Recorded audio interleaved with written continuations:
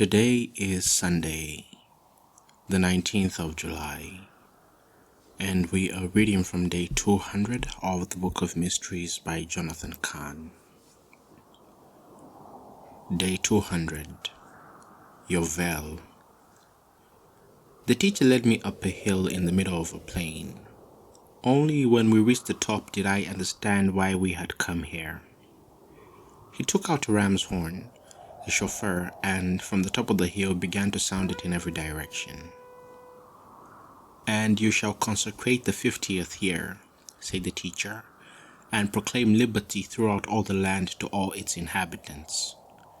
It was called the Yovel, a name based on the shofar that was sounded to proclaim its coming.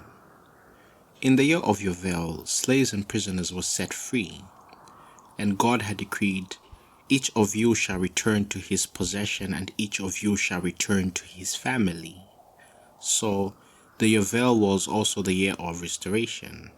If you had lost your land, your inheritance, your ancestral possession, then in the year of the Yovel, you would go home, you would return to your land, and you would receive back your inheritance and your ancestral possession, all that you had lost. But the Yovel is known by another name. What name?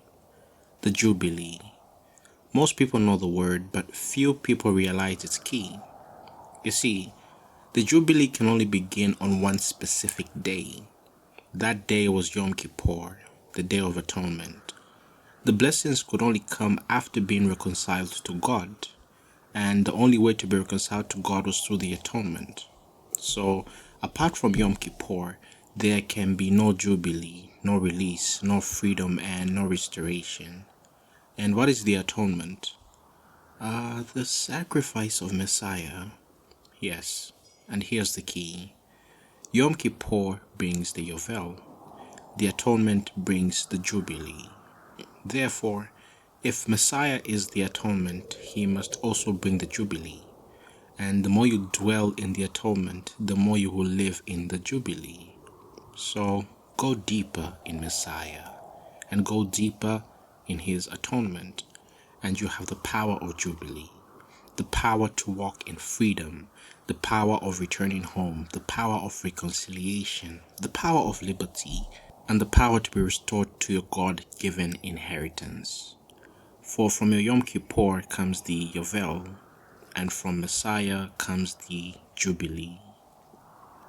The mission.